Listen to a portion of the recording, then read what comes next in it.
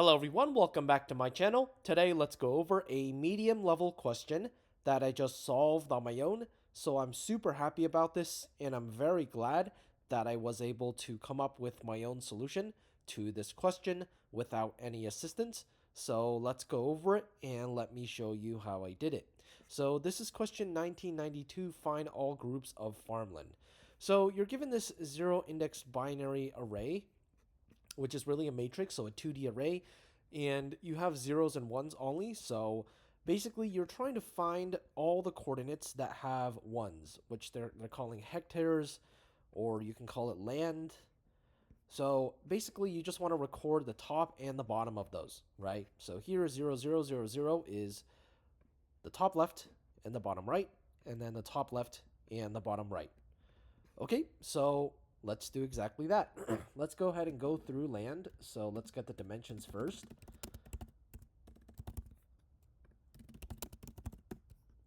And let's go through each row like this. So cell by cell. And if the current cell is equal to a 1, then again, we're trying to find the whole land. How many perimeters, what kind of area it occupies. So let's go ahead and run a DFS on that cell. So let's define a DFS.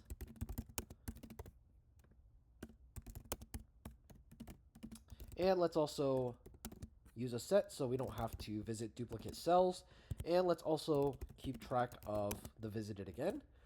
So if x is less than 0 or x is bigger than or equal to m, or y is less than 0 or y is bigger than or equal to n, then we can just return the set itself, because a set basically contains all the actual coordinates themselves that we've seen. And you'll see later that this actually matters. So let's go ahead and add x and y. And by the way, if grid xy is not equal to 1,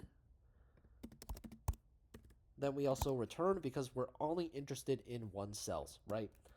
And then let's go ahead and visit down, up,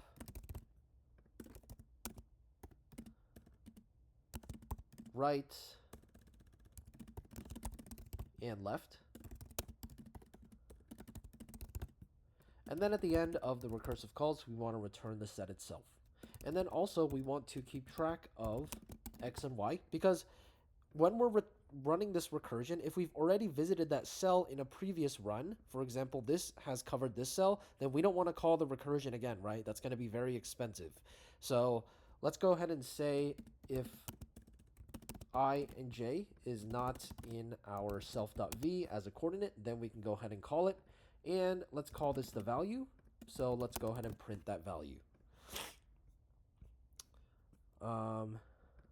And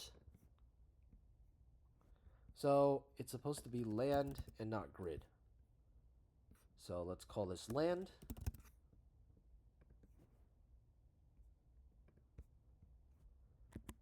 And then at the end, we want to return a result, a list of all the coordinates of the top, left, and the bottom right for each recursive call. So let's go ahead and get rid of this for now.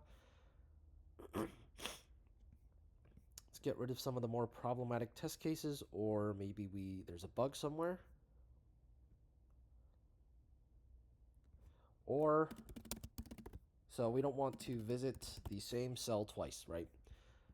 Okay, so you can see now that the top right and the bottom left are going to be the first and the last, because we're going in order, right, from top left to bottom right. So naturally that follows that progression. So now that we have that, and we can check our answer, so basically this is going to be the top left and the bottom right. This is going to be the top left and the bottom right, as you can see here. So, and here as well.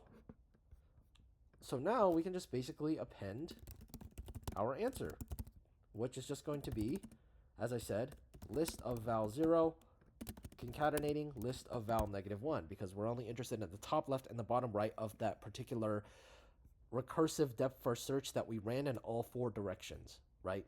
And then at the end, we can just return a result of all the coordinates of the top left and bottom right for each recursive call that we found, right? So let's run this. And set object is not subscriptable, so list of val of 0. Let's cast these to a list instead of a set first. Okay, so let's go ahead and print our answer, and let's print value just for reference.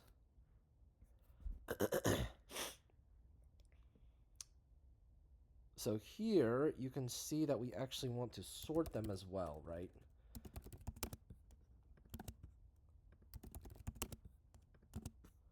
So they have to be in order.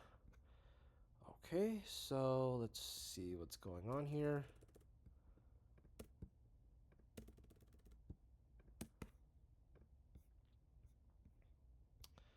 So we have 0, 0. Let's actually make this a sorted list first. It's never closed. Cool. So now we can just index into it because that set would be sorted.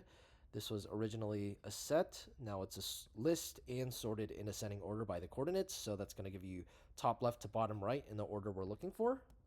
And now let's submit it. And there you go. Passes all test cases. So again, I'm super happy that I was able to come up with my own solution to this question without any assistance and solve it completely on my own. So that's it for this video, and thank you for watching.